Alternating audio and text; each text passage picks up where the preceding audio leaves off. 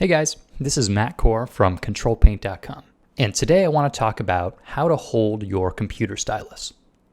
If you were to take your first tennis lesson, the tennis pro would sit you down and show you how to hold the racket. Well, for some reason, that step never really happens with digital painting. So if you've done a lot of traditional drawing, you're probably used to holding your pencil on its side. Sometimes you'll hold it this way in order to get a wider, looser mark, and then changing your grip and drawing with the tip. Sadly, the way the stylus is engineered, you can really only draw with the tip. So you're going to be using one grip the entire time you're working. No need to switch different hand positions. So let's take a look at this thing. On one end, you've got the eraser.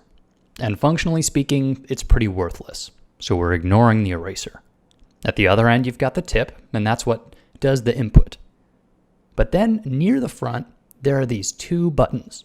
It's a long rectangular rocker switch that can have one action mapped to both the front and the back end. This is incredibly useful, but for a lot of people, it just gets in the way. They find themselves holding the stylus in the same way that they hold a pencil. But when holding the stylus in this way, it's easy to accidentally trigger that button. So you're drawing a line and then, bam, right click. Well, that's a pain. Some people's solution is to replace the grip and completely get rid of the button. And that's one option. Personally, I'd recommend getting used to the button and embrace them into your workflow. My solution to this has been to hold the stylus in a totally different way. You can see the standard pencil grip has the anchor between your thumb, forefinger, and middle finger, leaving your other fingers out of the operation. What I like to do is to switch the anchor to hold it between my thumb and my ring finger. So you can see the new grip is not as pretty. It's got an extra finger in there. Well, what's that for? Well, here's the beauty. Now my middle finger is not involved in stabilizing the stylus, which means I can lift it off the stylus completely and I still have a firm grip. This is key. What this allows me to do is to have a finger dedicated to that rocker switch. When I hold the stylus, I'm anchoring it between my thumb, ring finger, and forefinger, leaving my middle finger free to do keyboard shortcuts.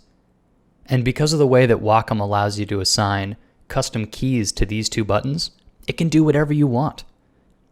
I found that right click is incredibly nice because I'm using my stylus to navigate windows, and you're always right clicking for one thing or another. In Photoshop, it usually changes my custom brushes. And of course, it's totally up to you what you map to these buttons. But in my case, the second button is mapped to switch displays.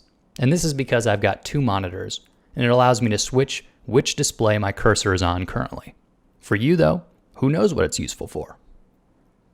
It probably sounds crazy that I'm encouraging you to change something as fundamental as the way you hold your pen.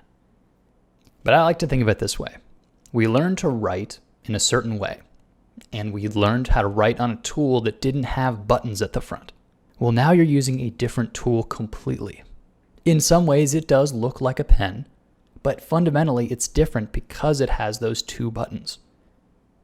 So since those buttons aren't going anywhere else, and they can be really useful, you might as well experiment with different grips that allow you to more easily access them. And if you guys have any other crazy grip that you like to use, please talk about it in the comments. I'd really like to hear more about this. So thanks for watching, guys, and stay tuned for future videos.